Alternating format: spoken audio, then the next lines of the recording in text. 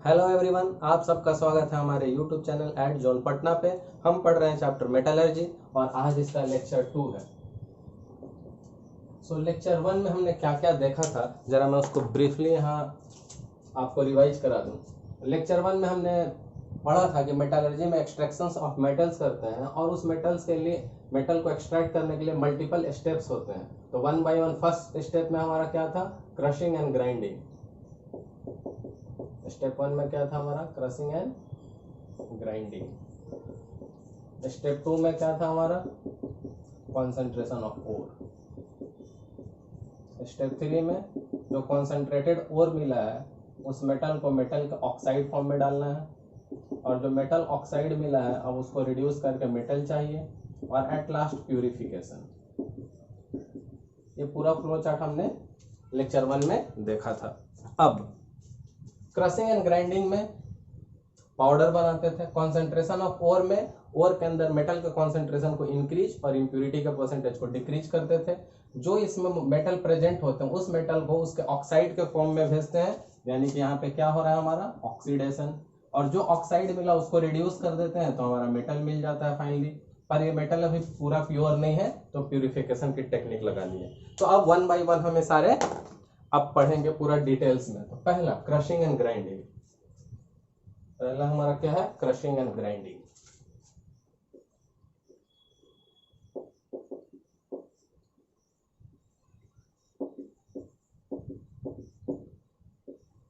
Crushing and grinding में क्या करना रहता है, हमें किसी भी चीज को जो हमारा ओर रहता है उसको बॉल मिल में डालते हैं। कहाँ पे, मिल में डालते हैं। मिल में डालने का मतलब ही होता है कि उसको क्रश करेगा। तो वो चाहे बॉल मिल हो सकता है या रॉड मिल हो सकता है।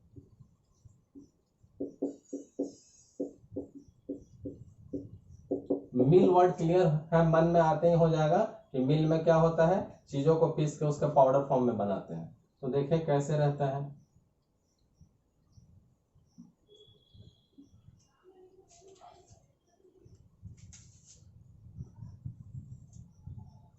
इसमें स्टील की बॉल्स रहती हैं। क्या है ये, स्टील बॉल। और ये हमारा जो है वो रोटेशन में रहता है, हमेशा रोटेट करते रहता है, रोटेशन में रहता है। अब इसमें अगर मैंने ओर डाला, अब इसमें मैंने जब ओर डाला तो ओर क्या होगा, इस रोटेशन के कारण इन लोगों से टक्कर होगा और क्रश होके फाइनली हमें अल्टीमेटली क्या हो जाएगा, पाउडर फॉर्म में मिल जाएगा।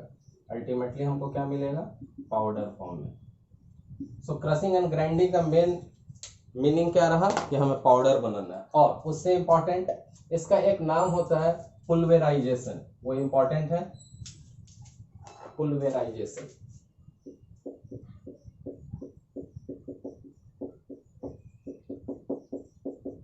इस चैप्टर में ऐसे बहुत सारे टेक्निकल टर्म्स आएंगे जो आपको जानना बहुत ही जरूरी है। तो पहला हमारा ये मेथड था क्रशिंग एंड ग्राइंडिंग। इसमें ज्यादा कुछ नहीं करना है। क्रशिंग एंड ग्राइंडिंग में जो हमारा ओर है, जो मिनरल से हमने ओर लिया हुआ है, आगे जो इकोनॉमिकल एंड कन्वीनियंट मेथड पे आगे बढ़ा है ओर, उस ओर को हमने क्रशिंग एंड ग्राइंडिंग कर दिया ताकि वो सुटेबल साइज में आ जाए और हमें आगे प्रोसेस करने में आसानी हो। इस मेथड को पुल्वेराइजेशन भी कहते हैं। इसको बॉल मिल या रॉड मिल, मिल का मतलब ये है कि पीस के पाउडर फॉर्म में बनाना है तो मिल में डाल देंगे। मिल कैसा रहेगा, इसमें स्टील की बॉल्स रहती हैं और ये रोटेट करते रहता है। इसमें जो ओर डालेंगे, इस रोटेशन के कारण इस स्टील बॉल के साथ टक्कर होगा, कोलिजन होगा, क्रशिंग होगी और फाइनली हमें क्या मिल जाएगा, पाउडर फॉर्म में। तो जो हमने नॉर्मल ओर डाला था अब वो ओर का क्या हो चुका है, पाउडर फॉर्म में आ चुका है। तो फाइनली क्रशिंग एंड ग्राइंडिंग के में हमको मिला क्या, पाउडर फॉर्म ओर का। और इसका दूसरा इंपॉर्टेंट पॉइंट है कि इसको क्या कहते हैं, तो इसको पुल्वेराइजेशन कहते हैं। क्लियर है। अब इसके बाद हम लोग चलेंगे सेकेंड वन पे, कॉन्सेंट्रेशन ऑफ ओर, जो कि इंपॉर्टेंट है और वही आज का हमारा मेन टॉपिक है। तो आज का लेक्चर नंबर 2 का मेन टॉपिक क्या है, कॉन्सेंट्रेशन ऑफ ओर। चलिए तो इसको रब करते हैं और बढ़ते हैं आज के अपने इंपॉर्टेंट टॉपिक पे। तो हमने कर लिया है क्रशिंग एंड ग्राइंडिंग, जिसको और किस नाम से जानते हैं, पुल्वेराइजेशन।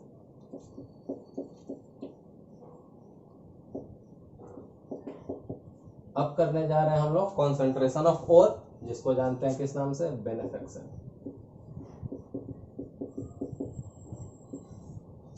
तो हमारा आज का टॉपिक भी यही है, कॉन्सेंट्रेशन ऑफ ओर।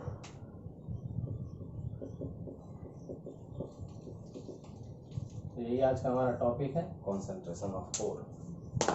तो सेकेंड पॉइंट है, तो टॉपिक दे लीजिए second point, concentration of ore.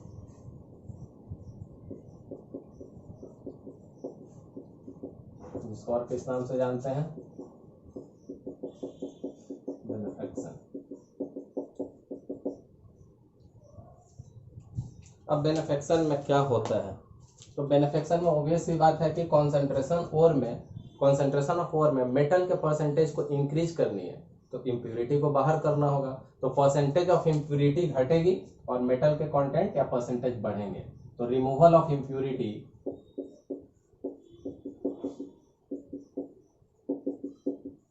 so that percentage of metal will increase या concentration of metal will increase। तो जैसे जैसे इम्प्यूरिटी को हम बाहर करते जाएंगे वैसे वैसे हमारा परसेंटेज ऑफ मेटल या कॉन्सेंट्रेशन, दोनों बात कह सकते हैं, इंक्रीज करते जाएगा। अब इसको कराने के अलग अलग रास्ते हैं। तो सबसे पहला मेथड देखेंगे हम लोग हाइड्रोलिक वॉशिंग। सबसे पहला मेथड कौन देखने जा रहे हैं हम लोग, हाइड्रोलिक वॉशिंग।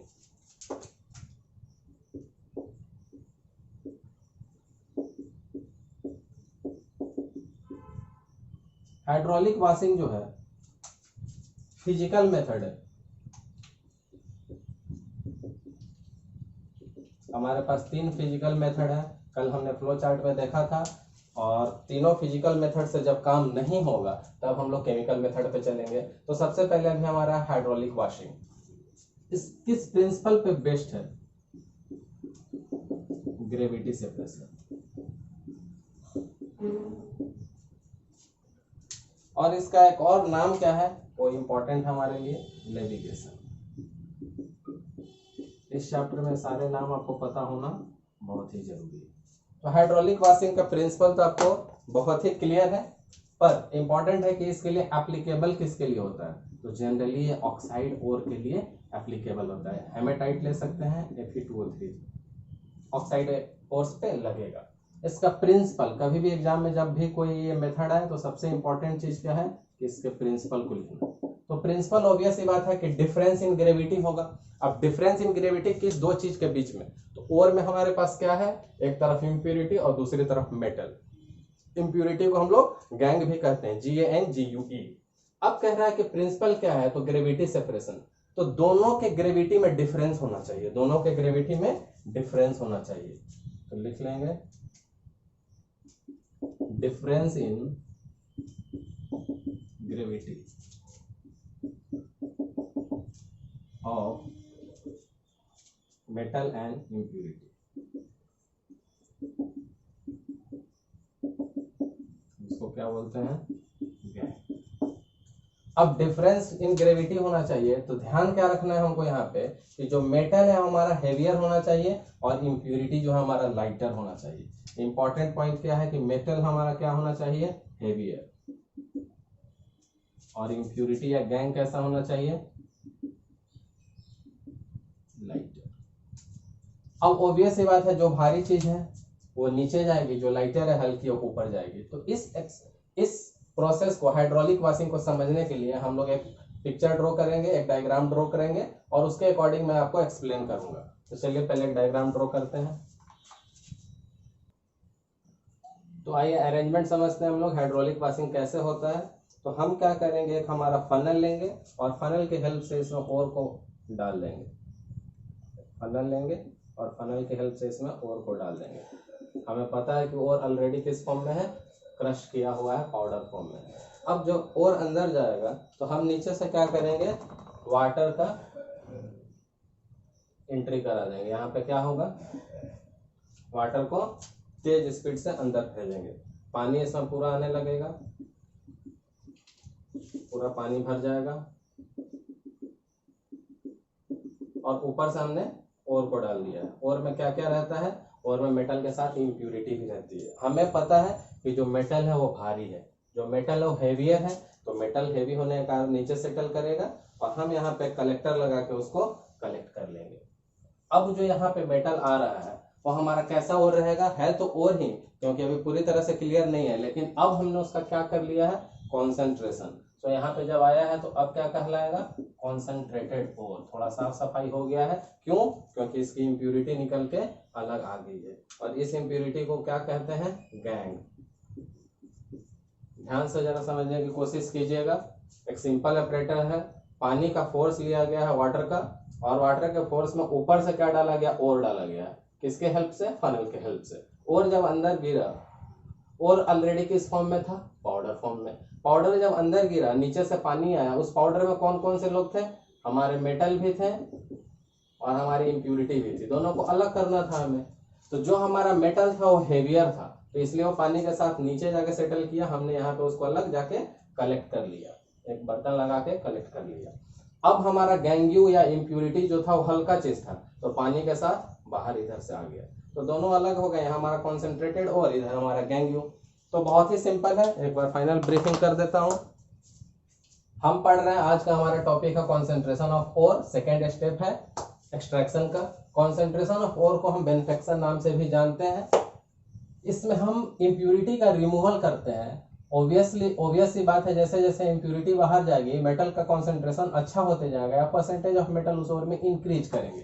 तो सबसे पहला फिजिकल मेथड हमने देखा हाइड्रोलिक वॉशिंग, जो किस प्रिंसिपल पे काम करता है, ग्रेविटी सेपरेशन। इसका दूसरा नाम लेविगेशन भी है।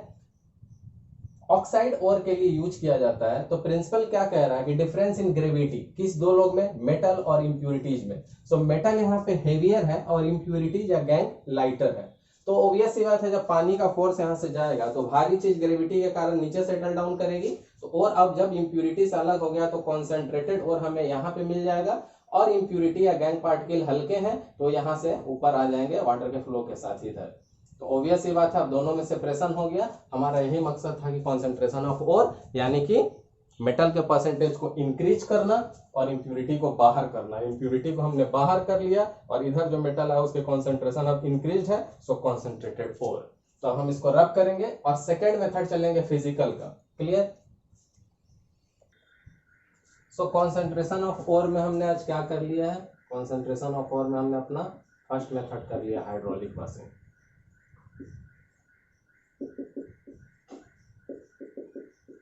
जो हमारा कैसा मेथड था, फिजिकल मेथड। चलिए अब देखिए क्या ध्यान से, अब करेंगे हम लोग second physical method, froth rotation method या प्रोसेस। ये भी फिजिकल मेथड है। ये मेथड जो था हमारा ऑक्साइड के लिए एप्लीकेबल था, तो ये सल्फाइड के लिए।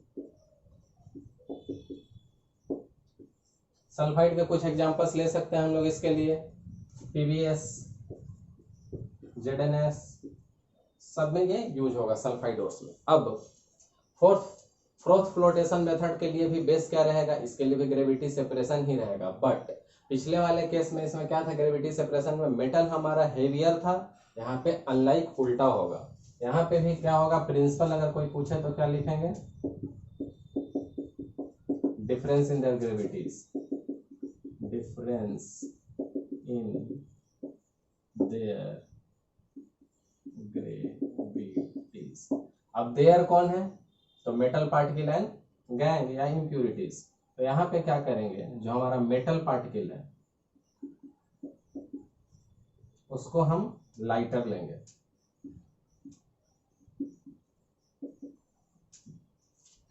अब यहाँ पे जो इम्प्यूरिटी या गैंग पार्टिकल है ये हमारा हेवियर हो जाएगा यहाँ।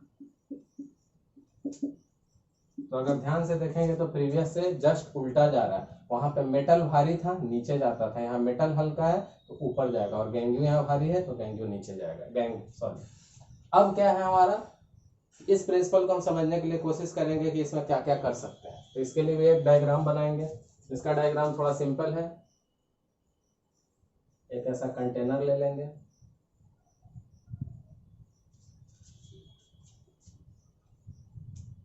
इस कंटेनर में फनल की हेल्प से पाउडर ओर डालेगा,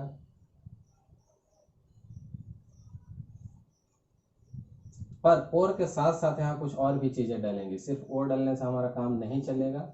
ओर के साथ साथ सबसे इम्पोर्टेंट हमें क्या डालना है, ऑयल डालना है। ओर के साथ हमें क्या डालना है, ऑयल डालना है, और पानी तो डालना ही है। तो ये तीनों चीजें जाएंगी इसके अंदर, और ऑब्वियसली बात है कि ओर हमारा पाउडर फॉर्म में है, ओर के साथ हमने ऑयल डाला है, ऑयल के साथ पानी भी डाला है। अब इतना करने का क्या मकसद है ये हम देखेंगे। तो हमने क्या किया, जब इसके अंदर इन सब को डाला तो एक हम ऐसा एक पेडल डाल देंगे, moving pedal kind of things, जो हमें झाग फ्रोथ बना के देगा।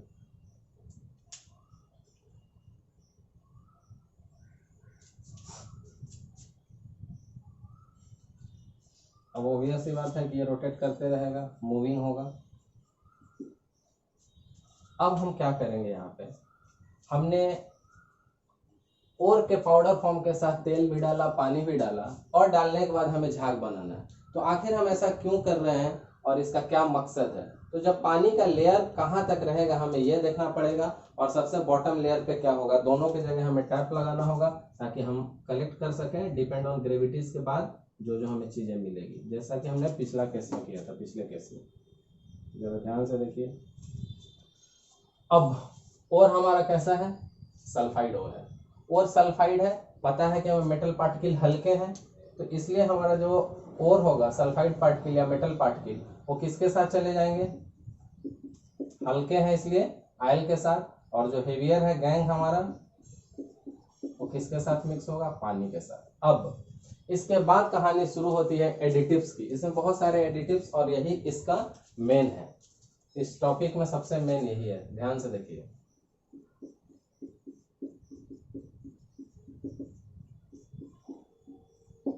अभी तक अगर आप ध्यान से समझे होंगे तो बहुत सिंपल सा सेटअप है। एक कंटेनर लिया गया है जिसमें फनल की हेल्प से पाउडर और तेल के साथ पानी के साथ मिला के डाला गया है, तो अंदर एक पूरा सा पानी का मिक्सचर सॉल्यूशन टाइप बन चुका है, पूरा पानी पानी भरा हुआ है, और उसमें एक मूविंग पेडल डाला हुआ है जिससे हम झाग बना रहे हैं, फोर्थ बनाने की कोशिश कर रहे हैं। जैसे जैसे चलते रहेगा, मूविंग है, इसमें झाग बनते जाएगा, झाग बनते जाएगा। अब ओर के अंदर इंप्यूरिटीज थी, और हमारा सल्फाइड था, साथ में इंप्यूरिटीज भी थी। दोनों के ग्रेविटी में डिफरेंस क्या था कि मेटल जो था वो हल्का था और गैंग जो था वो भारी था।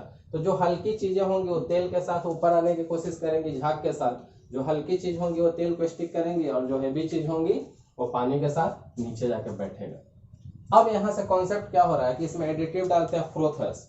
इसमें एडिटिव्स क्या डालते हैं, फ्रोथर्स। फ्रोथर्स क्या है, ऑब्वियस सी बात है, नाम से क्लियर है, झाग बनाने में हेल्प करेगा। तो पाइन ऑयल लेते हैं,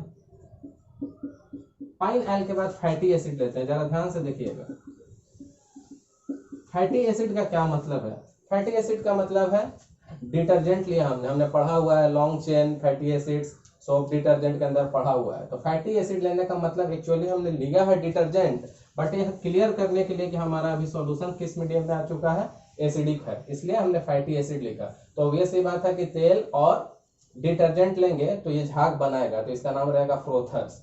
झाग बना, पर झाग ज्यादा देर नहीं टिके तो फ्रोथ का स्टेबलाइजर डलेगा।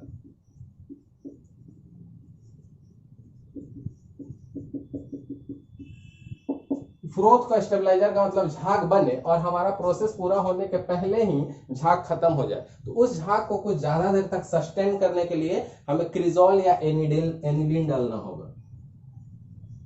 क्रिजोल या एनिलीन ये क्या करेगा, झाग को कुछ ज्यादा देर तक स्टेबलाइज करके रखेगा और इनको खत्म नहीं होने देगा। उसके बाद क्या डालेंगे इसमें, कलेक्टर्स।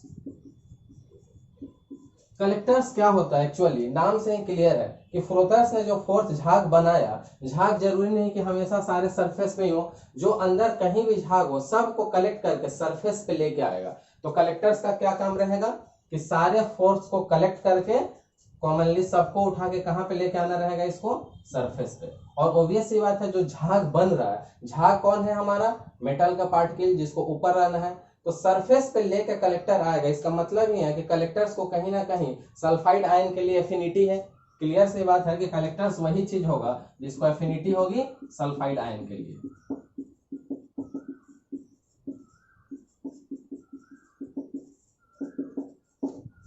अब जब सल्फाइड आयन के लिए एफिनिटी है तो सारे सल्फाइड आयन को अपनी तरफ खींचते जाएगा और नीचे जहां भी कहीं पड़े होंगे सबको खींच के ऊपर ले आएगा, क्योंकि जब ऊपर फ्लोर आ जाएंगे तो उसी में सल्फाइड आयन है, इधर से उसको हम लोग अलग कलेक्ट कर लेंगे।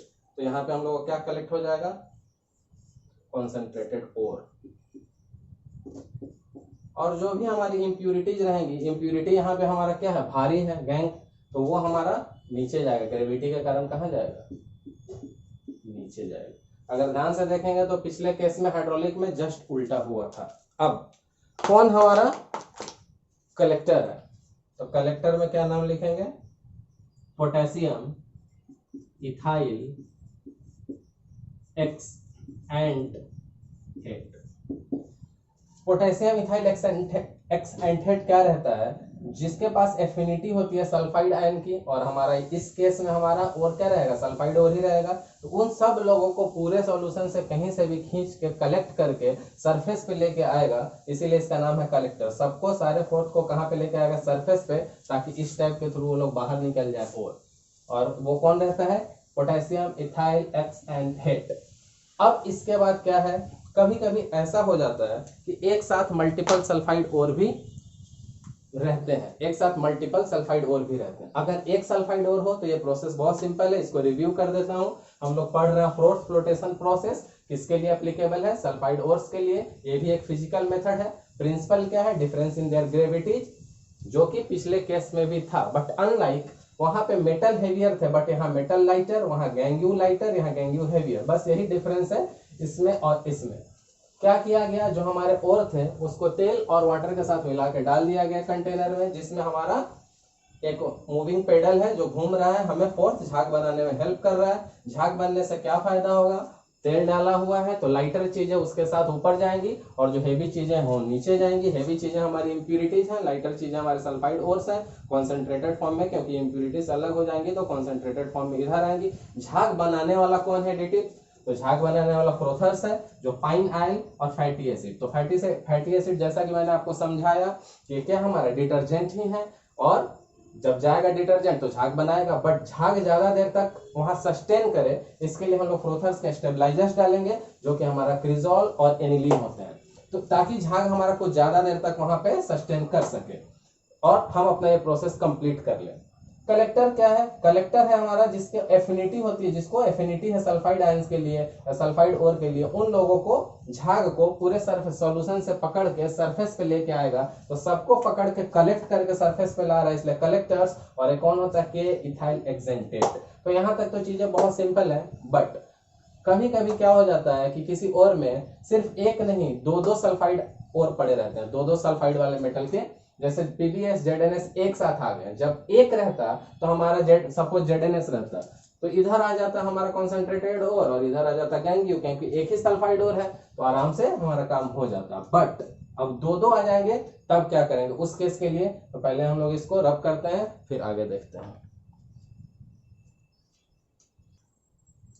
अब कभी कभी क्या होगा कि हमें एक साथ दो सल्फाइड और मिल जाए तो भी हम इस प्रोसेस का यूज कर सकते हैं। जैसा हमें एक साथ मिल जाए जेडएनएस और साथ में पीबीएस, तो दोनों तो सल्फाइड और है। अब दोनों को कैसे इस मेथड में यूज करेंगे, तो उसके लिए एक नया एडिटिव आएगा, डिप्रेसेंट।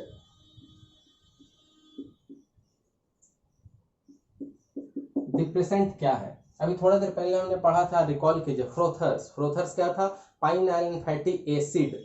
तो जब इसीलिए मैंने वहां डिटर्जेंट नहीं लिखा, फैटी एसिड लिखा था, ताकि ये क्लियर हो चुका है कि अभी हमारा सॉल्यूशन एसिडिक हो चुका है। तो ऑब्वियस सी बात है कि डिप्रेसेंट अगर उसको डालें तो हमारा अल्कलाइन ही होना चाहिए, इसलिए हम लोग यहाँ क्या डाल देते हैं, कॉन्सेप्ट को समझिएगा। इसके पहले 3 एडिटिव्स पढ़ा था हमने, फ्रोथर्स जहाँ यूज किया था pine oil and fatty acid. उसके बाद आया था हमारा प्रोथर्स के बाद फोर्थ स्टेबलाइजर्स, जिसमें हमने एनिलीन क्रिजोल्स वो सारी चीजें डाली थी।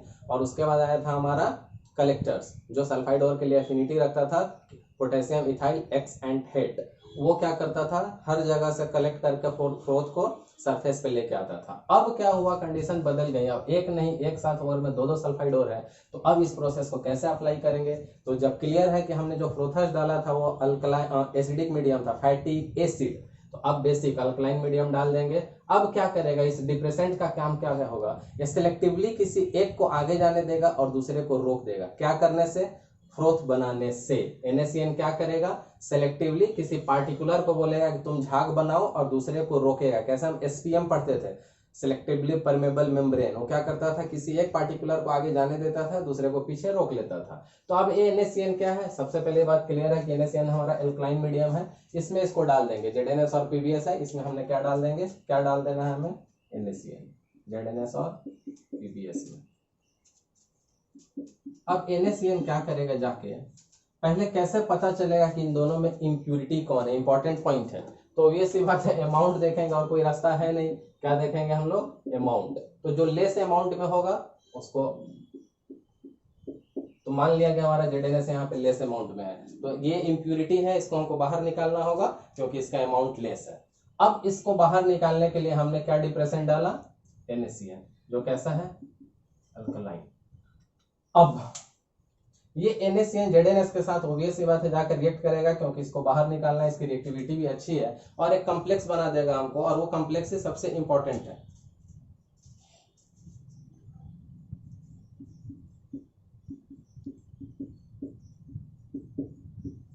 कॉम्प्लेक्स क्या बनेगा, Na2ZnCN4। ध्यान से देखिए, Na2ZnCN4, Na2 हटा देंगे तो यहाँ -2 आ जाएगा। अब ये कॉम्प्लेक्स की खासियत क्या है कि ये सॉल्युबल होता है। इंपॉर्टेंट बात क्या है कि ये सॉल्युबल होता है। अब जब ये कॉम्प्लेक्स सॉल्युबल होगा तो हमें क्या फायदा होगा, ऑब्वियस सी बात है कि अब जिंक सल्फाइड, ZNS का, हाँ जिंक सल्फाइड अब सॉल्युबल हो चुका है, वाटर के साथ इधर जाएगा और आगे फ्रोथ बना के कौन निकल जाएगा, PBS। तो यहाँ से क्लियर हो गया कि कौन फ्रोथ बनाएगा, तो PBS, और कौन फ्रोथ नहीं बनाएगा तो ZNS। और ये क्रेडिट किसको जाएगा, NaCN को, क्योंकि NaCN ने क्या किया कि ZNS के साथ मिलकर तो रिएक्शन कर लिया और PBS को छोड़ दिया। अब ZNS के ऊपर एक प्रोटेक्टिव लेयर आ गई है इस कॉम्प्लेक्स की, ZNS के ऊपर इस कॉम्प्लेक्स की प्रोटेक्टिव लेयर आ गई है, जिसके कारण अभी आगे फर्दर फोर्थ नहीं बना पाएगा और PBS बना के निकल जाएगा। इधर हमको PBS मिल जाएगा और गैंगियो पार्टिकल के चैम्बर में कौन आ जाएगा, ZNS। तो ध्यान से समझिएगा, यहाँ पे समझ में आ जाएगा। ZNS ने डिप्रेसेंट के साथ रिएक्शन किया और हमें यह कॉम्प्लेक्स दिया। पहला कंडीशन, कॉम्प्लेक्स सॉल्युबल है, तो सॉल्युबल है तो ऑब्वियस सी बात है वाटर के साथ जाएगा, आयल के साथ नहीं जाएगा, वाटर के साथ, तो इधर मिलेगा। पहली बात, सॉल्युबल कॉम्प्लेक्स बनाया तो पानी में घुल के नीचे आ जाएगा, जिसके कारण ऊपर कौन चले जाएगा, झाग के साथ, PBS।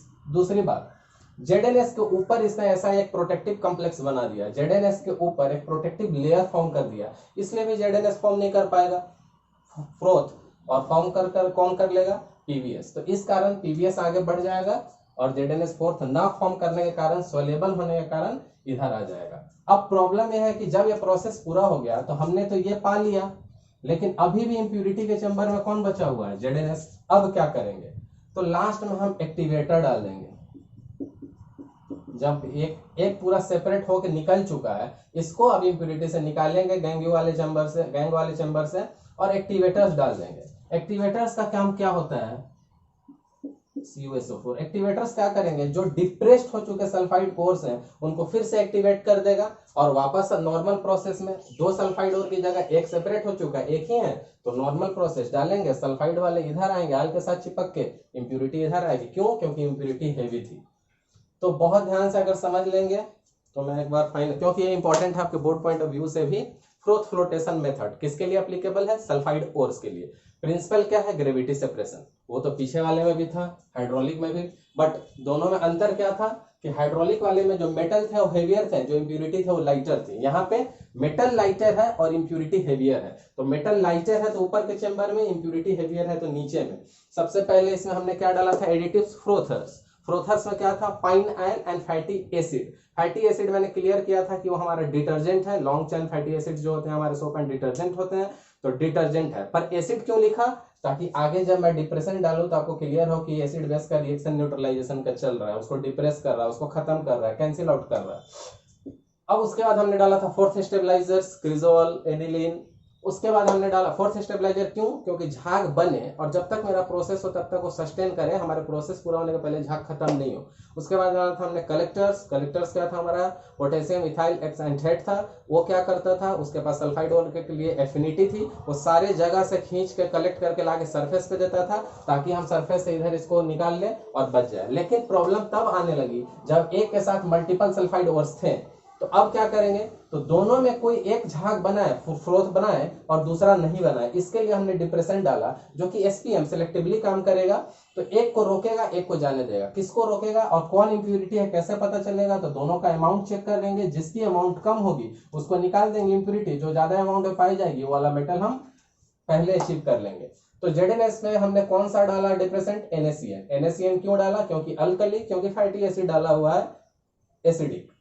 ये NaCN क्या किया? इस ZnS के साथ कॉम्प्लेक्स बनाया जो कि सॉल्युबल कॉम्प्लेक्स होता है। Condition 1, since this complex is soluble, तो जिंक सॉल्युबल मतलब वाटर के साथ नीचे और पीबीएस तेल के साथ, झाग के साथ ऊपर।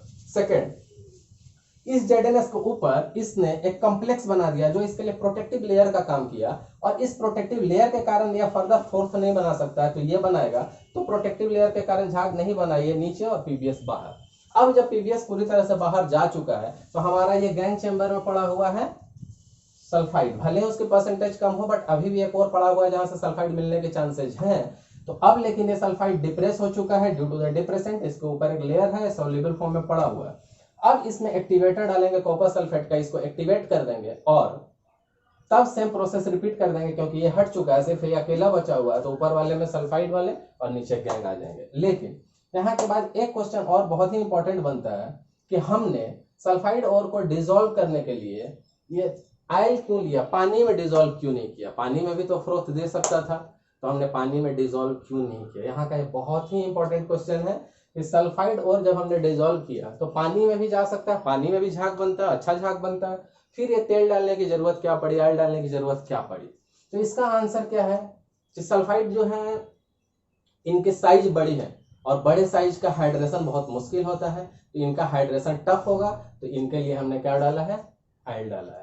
तो इसके साथ हमारा एक सेकंड मेथड खत्म होता है, किसका? फिजिकल का। एक और बचा हुआ मैग्नेटिक, वो करेंगे तो उसके साथ हमारा physical method concentration of ore का खत्म हो जाएगा। तो पहले इसको रब करते हैं। तो हाइड्रोलिक वॉशिंग के बाद हमने क्या कर लिया? दूसरा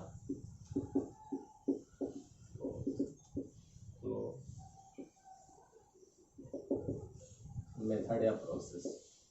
इसमें सबसे इंपॉर्टेंट पॉइंट क्या बताया हमने आपको कि फ्रोथ फ्लोटेशन प्रोसेस में हम लोग ऑयल क्यों डालते हैं? क्योंकि सल्फर का साइज बड़ा होता है, इसलिए उसका हाइड्रेशन वाटर से पॉसिबल नहीं होता, बहुत पुअर हाइड्रेशन। जब साइज बड़ी होगी तो हाइड्रेशन पुअर हो जाएगा, इसलिए हमने वाटर के साथ साथ क्या मिक्स किया था? ऑयल मिक्स किया था। ये ऑक्साइड के लिए था, ये सल्फाइड के लिए था। चलिए थर्ड वन,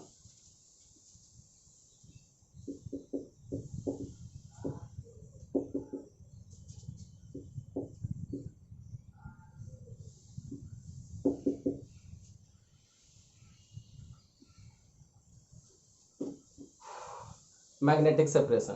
तो नाम से क्लियर है। अब क्या होना होगा?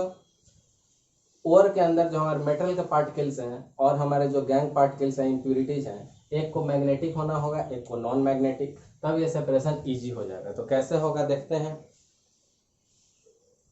इसका प्रिंसिपल क्या कहलाएगा? Difference in magnetic property of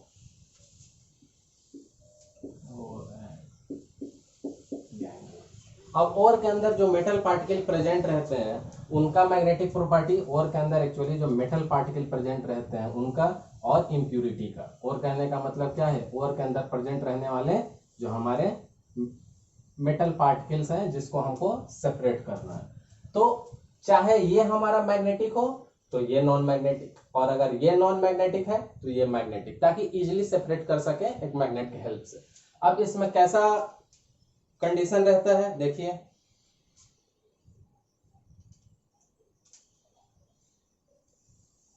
conveyor belt ये मूव करते रहता है, जूम कीजिए कि इधर मूव कर रहा है। ये वाला जो हमारा रोलर है वो मैग्नेटिक रोलर रहता है, मैग्नेटिक रोलर, और ये तो नॉर्मल कन्वेयर बेल्ट है। अब इसके ऊपर क्या करेंगे, फनल लेंगे और फनल के हेल्प से ओर डाल देंगे। ध्यान रहना है कि ओर हमारा आगे की तरफ जाए, पीछे की तरफ न निकले। एक सेपरेटर टाइप का है जो पीछे जाने से रोके, आगे ही जाएगा ही क्योंकि मूवमेंट इधर का है। अब ये कन्वेयर बेल्ट पे जैसे ओर गिरेगा, ओर ऑलरेडी हमारा पाउडर फॉर्म में है, तो अब ये मूव करना शुरू करेगा। अगर जो मैग्नेटिक पार्टिकल्स होंगे, क्योंकि इसमें दो चीज चाहिए, एक मैग्नेटिक एक नॉन मैग्नेटिक, दो पार्ट, तो जो मैग्नेटिक पार्ट होगी इस मैग्नेटिक रोलर से चिपक चिपक के यहाँ तक आएंगे और इसके बाद गिरेंगे, तो ऑब्वियस सी बात है इधर कलेक्ट होगा। तो इसमें कौन वाले पार्ट काउंट होंगे, जो मैग्नेटिक। और जो नॉन मैग्नेटिक है इसमें नहीं चिपकेगा, वो दूर से यहाँ से जैसे यहाँ से स्लोप पे आएगा उड़ के इधर आ जाएगा, तो इधर कौन मिलेगा, नॉन मैग्नेटिक। तो जिस समय हमारे ओर्स में जो हमारे मेटल्स होते हैं, अगर वो मैग्नेटिक मेटल होंगे, कौन कौन से हो सकते हैं, फेरस, कोबाल्ट, निकेल, ईटीसी, ये लोग रहेंगे तो हमें इस चैम्बर में मिलेंगे, क्योंकि इन सब की प्रॉपर्टी कैसी है, मैग्नेटिक प्रॉपर्टी है। ये रोलर कैसा है, मैग्नेटिक है।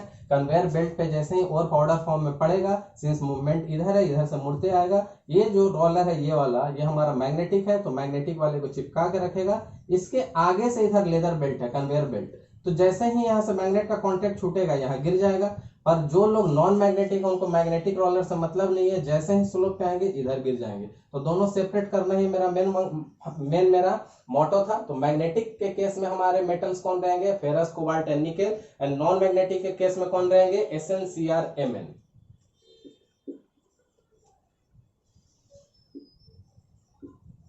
टंगस्टन भी ले सकते हैं, मैग्नीशियम, ये लोग हैं। तो ये सेपरेशन तो सिंपल सा सेपरेशन है, सीधा डिपेंड करता है कि हमारा जो मेटल पार्टिकल और गैंग है, कॉन्सेंट्रेशन ऑफ ओर जो कर रहे हैं, तो उसमें जो मेटल पार्टिकल्स और जो गैंग है दोनों में डिफरेंस होना चाहिए। एक मैग्नेटिक होना चाहिए, एक मैग्नेटिक प्रॉपर्टीज को नहीं करना चाहिए। जिस केस में हमारा मेटल पार्टिकल्स हमारा मैग्नेटिक रहेगा वो हमारा कौन सा रहेगा, FeCO(Ni), उस समय हमारी गैंग नॉन मैग्नेटिक रहेंगी जो इधर जाएंगी। जब हमारा और ही नॉन मैग्नेटिक रहा, SnCr, MnW, तब हमारे इम्प्यूरिटी हमारे मैग्नेटिक में रहेंगी, तो वो इधर जाएंगे। मतलब इनके मैग्नेटिक प्रॉपर्टी के डिफरेंस पे हम सेपरेट कर सकते हैं। तो ये सिंपल सा मेथड है, और ये लास्ट मेथड किसका है, फिजिकल मेथड का। अब अगर इस तीनों फिजिकल मेथड से हमारा काम नहीं चले, तब हम लोग चलेंगे केमिकल मेथड पे। तो इसको पहले लिस्ट कर लें, मैग्नेटिक सेपरेशन। अब क्या करना है हम लोग को ध्यान रखना है, यहाँ पे ए लिखिए,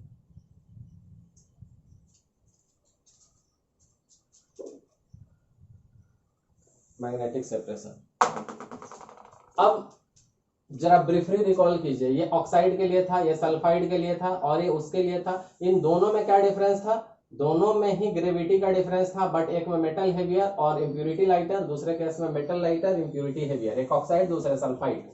मैग्नेटिक सेपरेशन में क्या था कि इसमें इसके जो मेटल और गैंग है दोनों में डिफरेंस होना चाहिए मैग्नेटिक प्रॉपर्टी का, एक मैग्नेटिक हो दूसरा नॉन मैग्नेटिक हो। तो इस कन्वेयर बेल्ट पर डलेगा, ये रोलर मैग्नेटिक है, जो मैग्नेट से चिपकेगा और दूर गिरेगा, जो नॉन मैग्नेटिक होगा वो पास में गिर जाएगा। तो इससे सेपरेट कर सकते हैं। जब इन सारे प्रोसेस से हमारा काम नहीं चलेगा फिजिकल मेथड से, तब हमें कौन सा मेथड चलना होगा, केमिकल मेथड। और केमिकल मेथड कौन है हमारा, केमिकल मेथड है हमारा लीचिंग। तो जब ये सारे प्रोसेस से काम नहीं हो तभी केमिकल पे चलना है। तो चलिए इसको रब करते हैं और मूव करते हैं chemical method, that is leaching. So after physical process अब चलेंगे हम केमिकल प्रोसेस पर। फिजिकल मेथड से जब काम नहीं चले तो केमिकल मेथड। केमिकल मेथड में मैंने क्या बोला आपको, लीचिंग।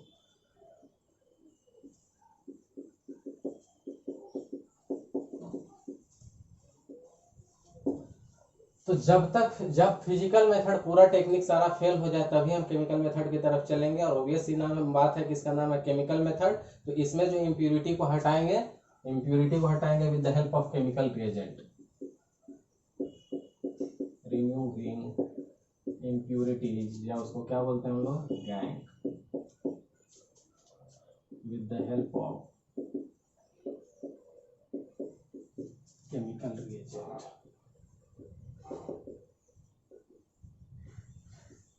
अब केमिकल रिएजेंट डालेंगे तो ऑब्वियस सी बात है इस प्रोसेस को क्या कहेंगे, केमिकल मेथड कहेंगे। अब इसका प्रिंसिपल क्या रहेगा, इसका प्रिंसिपल क्या रहेगा, जो हमारा ओर है उसमें एक सुटेबल सॉल्वेंट डालना है।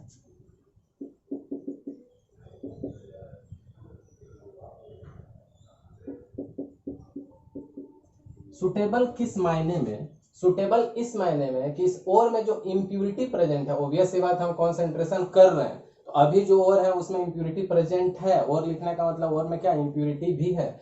तो सुटेबल सॉल्वेंट जो है क्या करेगा, ओर के साथ तो एक सॉल्यूशन या कॉम्प्लेक्स बना देगा, ओर के साथ एक सॉल्यूशन या कॉम्प्लेक्स अपना बना लेगा, लेकिन जो इम्प्यूरिटी है वो अनडिजॉल्व बचनी चाहिए। अनडिजॉल्व कौन बचना चाहिए, इम्प्यूरिटी, वो डिजॉल्व नहीं होनी चाहिए। मतलब समझिए, सुटेबल टर्म का मतलब ही है कि ऐसा सुटेबल का मतलब जो सिर्फ और सिर्फ हमारे ओर को डिजॉल्व कर ले और जो गैंग पार्टिकल्स हैं इम्प्यूरिटी है उनको डिजॉल्व ना करे, वो प्रिसिपिटेट हो जाएंगे। अब और का मतलब कंफ्यूज नहीं होना है, और अभी इम्प्योर है तो और के साथ क्या हमारा इम्प्यूरिटी भी है। तो ये ज्यादातर हमारा कहाँ कहाँ पे एप्लीकेबल रहेगा ये वाला मेथड, तो बॉक्साइट के लिए रहेगा। बॉक्साइट क्या होता है, Al2O2H2, इसको क्या कहते हैं, बॉक्साइट। बॉक्साइट के लिए जब हम एल्युमिनियम का एक्सट्रैक्शन करेंगे तो इस मेथड को देखेंगे, और साथ साथ ये कहाँ पे यूज आएगा, Ag एंड Au में। 1 by 1 देखेंगे, पहले हम लोग बॉक्साइट के लिए देखेंगे और फिर AgAu के लिए भी देखेंगे। तो जब बॉक्साइट के लिए हम देखेंगे तो इस प्रोसेस का नाम क्या होगा, बेयर्स प्रोसेस।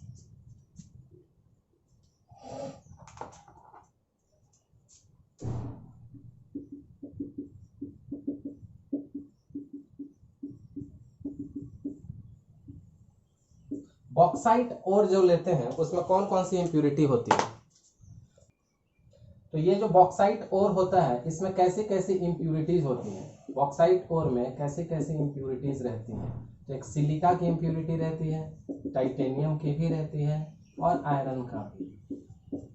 अब कैसे इन सारी इंप्यूरिटीज को पहचाना जाएगा, तो इन सारी इंप्यूरिटीज को इसके अंदर पहचानना बहुत ही इजी है, हम इसके कलर को देख के पहचानना सीख लेंगे। तो सिलिका की जो इंप्यूरिटी होती है उसका कलर होता है व्हाइट,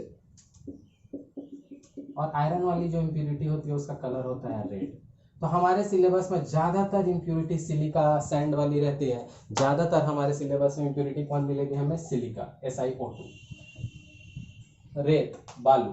तो अब क्या है कि हमको इसको हटाना है, और हमारे पास और कौन सा है, बॉक्साइट है। तो बॉक्साइट और को हटाने के लिए जब प्रोसेस अप्लाई करेंगे विद द सुटेबल सॉल्वेंट, उस प्रोसेस का नाम बेयर्स प्रोसेस होगा। तो अब बेयर्स प्रोसेस में हम देखते हैं कि क्या करना है।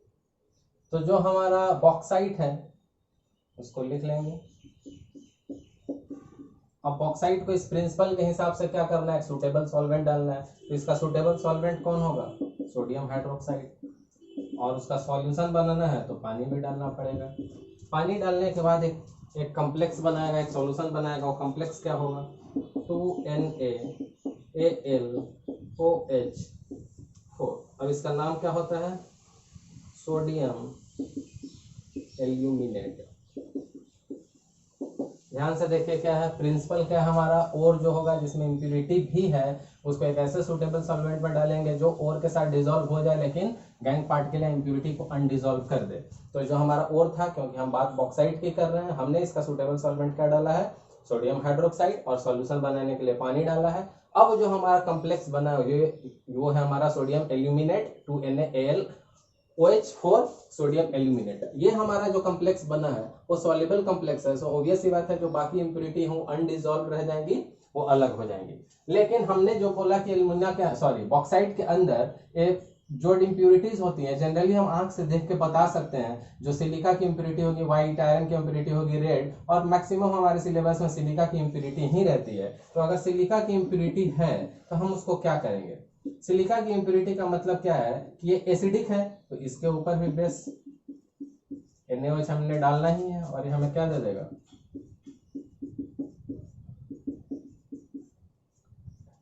तो ये हमारा क्या हो गया, सिलिका। इसके ऊपर हमने डाल दिया बेस, ये हमको दे दिया सोडियम सिलिकेट।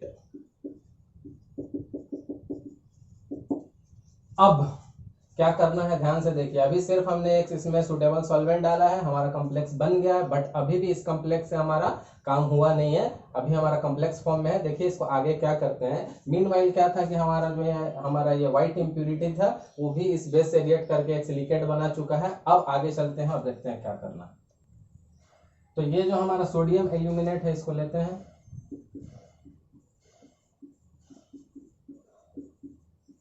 इस सोडियम एल्यूमिनेट में क्या है, ये मेटल का है तो बेसिक नेचर का होगा, तो इसमें एक एसिडिक ऑक्साइड डालेंगे CO2 और ये हमको क्या दे देगा, Al2O3 के साथ X वाटर।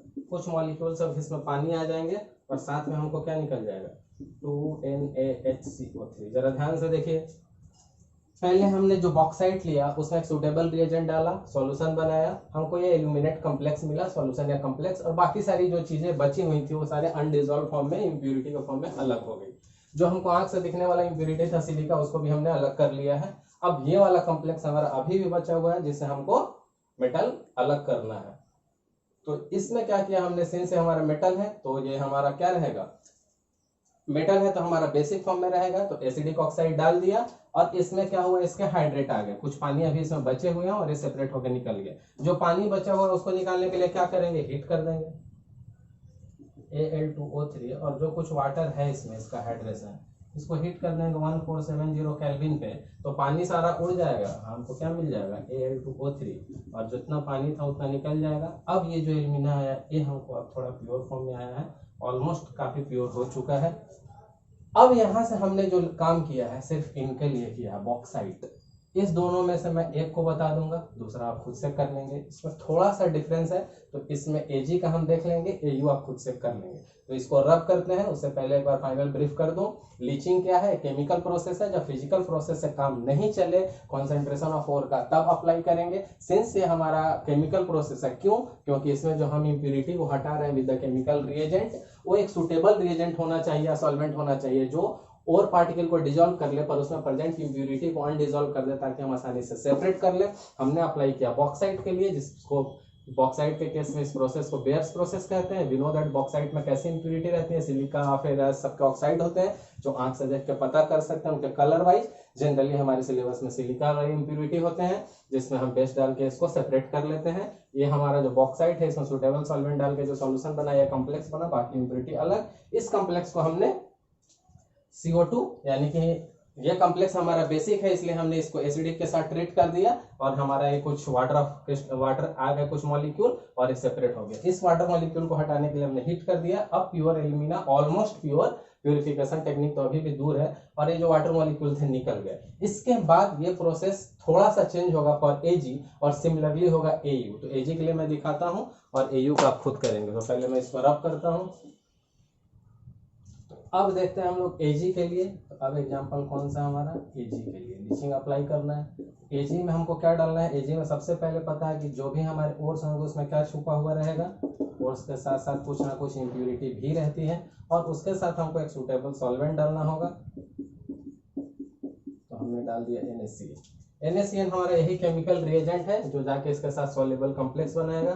तो सॉल्युबल कॉम्प्लेक्स क्या होगा, माइनस प्लस जो इम्प्यूरिटी आएगी। बट यहाँ इम्प्यूरिटी की खासियत क्या है कि ये वाला जो हमारा होगा वो सॉल्युबल कॉम्प्लेक्स होगा, जो हमने इसके प्रिंसिपल में बताया था कि इसका प्रिंसिपल है कि एक ऐसा सुटेबल केमिकल रिएजेंट डालना है जो और को सॉल्युबल बना ले और इम्प्यूरिटी को अनडिजॉल्व छोड़ दे। तो जो हमारा इम्प्यूरिटी होगी वो कैसी होगी, इनसॉल्युबल। सो ऑब्वियस सी बात है, इनसॉल्युबल होगी तो इनसॉल्युबल होगी तो उसको हम आराम से अलग कर लेंगे, और ये सॉल्युबल फॉर्म में मिल गया। ध्यान से समझिए, लीचिंग कर रहे हैं Ag का, Ag के ओवर्स में Ag के साथ इंप्यूरिटी भी रहेगी, सुटेबल सॉल्वेंट NaCN डाला, NaCN के साथ सेम बिल्कुल ऐसे ही वे में आपको ध्यान होगा। तो जब PbS और ZnS दोनों सल्फाइड साथ में थे फ्रोथ फ्लोटेशन में, यही डिप्रेसेंट डला हुआ था और यही कॉम्प्लेक्स लेयर का फॉर्मेशन ZnS के ऊपर कर रहा था, जिसके कारण Zn फ्रोथ नहीं बना पा रहा था और PbS आगे चल जा रहा था। इन द सिमिलर फैशन वही सॉल्युबल कॉम्प्लेक्स इस बार किसके साथ बना, Ag के साथ बना। Ag के साथ जो सॉल्युबल कॉम्प्लेक्स बना इसमें भी हमारे मेटल हैं और इंप्यूरिटी हमारे अनडिजॉल्व रह गई हैं तो अलग हो गई। अब यहाँ से अभी भी मेटल हमारा फंसा हुआ है, तो ये मेटल हमारा अलग हुआ नहीं है। अभी ध्यान से देखें क्या होगा, अब यहाँ पे जो हमारा मेटल फंसा हुआ है वो कैसे निकलेगा, तो इसके आगे क्या करेंगे, मेटल का डिस्प्लेसमेंट करा लेंगे, इससे मोर कोई रिएक्टिव लेंगे, मेटल इज ऑब्टेन्ड बाई, यहाँ के आगे क्या होगा, metal is obtained by displacement. Displacement में कोई भी इससे रिएक्टिव मेटल डाल देंगे, वो क्या होगा, जैसे जिंक डाला हमने तो जिंक जाएगा अंदर अगर मोर रिएक्टिव है तो, और एजी आ जाएगा बाहर। और ध्यान से देखेंगे एजी मेटल के फॉर्म में है तो बाहर में हमको प्रिसिपिटेट मिल जाएगा और हमारा काम हो गया, मेरा इम्प्यूरिटी कहीं और छूट गया और मेटल कहीं और आ गया। तो आज हमने क्या क्या पढ़ा, रफ रिव्यू करेंगे तेजी में। आज हमने पढ़ा कॉन्सेंट्रेशन ऑफ ओर, आज का लेक्चर रहा lecture 2 concentration of ore. Concentration of ore जब फिजिकल मेथड से हमने किया तो सबसे पहला मेथड किया हमने हाइड्रोलिक वाशिंग, जो कि ग्रेविटी सेपरेशन पे बेस्ट था, जो ऑक्साइड के लिए एप्लीकेबल था। वहां पे क्या हुआ था कि मेटल हेवियर थे और इम्प्यूरिटी लाइटर थी, तो जब वॉशिंग करते थे वाटर के साथ तो हेवियर थिंग्स मेटल नीचे कॉन्सेंट्रेटेड और लाइटर पार्टिकल इम्प्यूरिटी ऊपर। दूसरा केस आया था हमारा फ्रोथ फ्लोटेशन, जिसमें हमारा सल्फाइड ओर्स के लिए एप्लीकेबल था और ये भी ग्रेविटी सेपरेशन पे था, पर इसमें खासियत क्या थी, उससे उल्टा था। वहां पे मेटल हेवियर थे, यहाँ मेटल लाइटर था और इम्प्यूरिटी या गैंग पार्टिकल हेवियर थे, तो यहाँ इम्प्यूरिटी नीचे और मेटल ऊपर। कैसे, झाग बना के, फ्रोथ बना के। तो एडिटिव्स इसमें इंपॉर्टेंट था। पहला एडिटिव्स हमारा फ्रोथस, जो pine oil and fatty acid, fatty acid means detergent. दूसरा, वो जब झाग बना देगा तो झाग को कुछ देर तक स्टेबलाइज करना था, फ्रोथ स्टेबलाइजर डाला था हमने, क्रिजोल, एनिलीन। उसके बाद अब क्या किया था हमने कि हमने उसमें लास्ट में क्या डाल दिया था, कलेक्टर। कलेक्टर का क्या काम था, सल्फाइड ओर के लिए उसकी एफिनिटी थी। कलेक्टर पूरे सॉल्यूशन से झाग को पकड़ पकड़ के कलेक्ट करके सरफेस पे लाता था ताकि सल्फाइड ओर ऊपर जाके आराम से अलग हो जाए। कलेक्टर क्या होता था, पोटेशियम इथाइल एक्सएनहेड था। उसके बाद क्या हुआ कि कभी कभी कंडीशंस ऐसे आ जाते थे कि दो सल्फाइड और एक साथ पाए जाएं, तो जिनकी अमाउंट कम होगी उसको इम्प्यूरिटी ट्रीट करेंगे। फॉर एग्जांपल जेडएनएस पीबीएस में जेडएन कम अमाउंट में है तो जेडएनएस और पीबीएस को एक डिप्रेसेंट से रिएक्ट करा देते थे, और डिप्रेसेंट क्या करता था, एक के साथ रिएक्ट करके सॉल्युबल कॉम्प्लेक्स बना देता था। तो जेडएन के साथ रिएक्ट करके उसने एक सॉल्युबल कॉम्प्लेक्स बना दिया, जिसके कारण जेडएन आगे फ्रोथ नहीं बना पा रहा था, सॉल्युबल हो गया नीचे और पीबीएस बाहर सेपरेट हो गया। अभी डिप्रेस फॉर्म में जेडएनएस इंप्यूरिटी के साथ पड़ा हुआ है, उसको फिर से अगर अलग करना चाहें तो एक्टिवेटर CuSO4 डालेंगे, एक्टिवेट हो जाएगा, प्रोसेस रिपीट कर देंगे। सबसे लास्ट में एक इंपॉर्टेंट क्वेश्चन आया था कि जब ये प्रोसेस कर रहे थे तो ऊपर से ऑयल क्यों डाला, जबकि पानी था, पानी भी भिंगा सकता था, झाग बना सकता था। लेकिन प्रॉब्लम क्या है कि जो हमारा सल्फर है उसकी साइज बड़ी होती है और बड़ी साइज होने के कारण उसका हाइड्रेशन पुअर हो जाता है, क्योंकि बड़े साइज पे हाइड्रेशन पुअर, और हाइड्रेशन पुअर होने के कारण उसके लिए हमने अलग से ऑयल डाला था। तीसरा मेथड पढ़ा था हमने मैग्नेटिक सेपरेशन, जिसमें प्रॉपर्टी उसकी प्रिंसिपल क्या थी कि चाहे और चाहे हमारा इम्प्यूरिटी, दोनों में मैग्नेटिक प्रॉपर्टी डिफरेंस होनी चाहिए, एक मैग्नेटिक तो दूसरा नॉन मैग्नेटिक। एक हमारा कन्वेयर बेल्ट के ऊपर एक मैग्नेटिक रोलर लगा था, मैग्नेटिक वाला दूर गिरेगा और नॉन मैग्नेटिक पास गिर जाएगा और इससे दोनों सेपरेट हो जाएंगे। जब इन सारे तीनों फिजिकल प्रॉपर्टी से हमारा काम नहीं चलेगा कॉन्सेंट्रेशन ऑफ ओर के लिए, तो हम केमिकल मेथड पाएंगे, that is the leaching. Chemical method में लीचिंग का मतलब केमिकल रिएजेंट से यूज करना, एक सुटेबल केमिकल रिएजेंट। और प्रिंसिपल क्या रहेगा कि ओर जिसके अंदर इंप्यूरिटी भी है, एक सुटेबल केमिकल रिएजेंट डालने से एक सॉल्युबल कॉम्प्लेक्स बना देगा ओर के साथ और इंप्यूरिटी को अनडिजॉल्व छोड़ देगा, इंप्यूरिटी को अनडिजॉल्व छोड़ देगा। इसके लिए हमने अप्लाई किया था बॉक्साइट के लिए, बॉक्साइट के लिए Al2O3 2H2O। बॉक्साइट के लिए जब अप्लाई किया था तो हमने बेयर्स प्रोसेस में देखा था, बॉक्साइट में बहुत सारी इंप्यूरिटी थी, सिलिका की इंप्यूरिटी, फेरस की इंप्यूरिटी, टाइटेनियम की। जनरली आंख से देख सकते हैं सिलिका की इंप्यूरिटी व्हाइट और फेरस की इंप्यूरिटी रेड होती है। और उसके बाद उसके अकॉर्डिंग उसका ट्रीटमेंट कर लिया था हमने, एक सॉल्यूशन डाल दिया था जिसके साथ Al का एक कॉम्प्लेक्स बन गया था, हाइड्रेटेड फॉर्म में था। बाद में उसका हमने पानी अलग कर दिया था और हमारा प्योर, ऑलमोस्ट प्योर एल्यूमिनियम मिल गया था। उसी प्रोसेस को जब मैंने Ag के लिए लगाया तो Ag में भी हमने एक ऐसा सॉल्यूशन डाला जो इसका कॉम्प्लेक्स बना के सॉल्युबल कर दिया, इंप्यूरिटी अलग। इस सॉल्युबल कॉम्प्लेक्स से अभी भी मेटल अलग होना बाकी है, तो हमने डिस्प्लेसमेंट का काम करा दिया। एक मोर रिएक्टिव मेटल लिया जो Ag को डिस्प्लेस करके बाहर और खुद अंदर ट्रैप हो जाएगा और पीपीटी के फॉर्म में हमारा Ag मेटल मिल जाएगा। तो इसके साथ ही हमारा सेकंड खत्म होता है concentration of ore. Third lecture में हमारा टॉपिक रहेगा तीसरा। पहला था हमारा क्रशिंग एंड ग्राइंडिंग, दूसरा कॉन्सेंट्रेशन ऑफ ओर। अब नेक्स्ट लेक्चर मिलेंगे हम लोग, जो भी मेटल मिला है अब उसको ऑक्साइड फॉर्म में बनाएंगे। फोर्थ स्टेप, उस ऑक्साइड को रिड्यूस करेंगे तो मेटल मिलेगा। और फिफ्थ स्टेप प्यूरिफिकेशन। तो सारे स्टेप पे एक एक लेक्चर आएंगे। तो इस लेक्चर में, इस वीडियो में इतना ही। अच्छे से पढ़ते रहिए, वीडियो को रिव्यू कीजिए, कोई डाउट है तो कमेंट कीजिए। जल्द ही मिलते हैं नेक्स्ट वीडियो में, दैट इज लेक्चर 3, जिसमें हम मेटल के मेटल ऑक्साइड बनाएंगे। Until that take care, bye bye.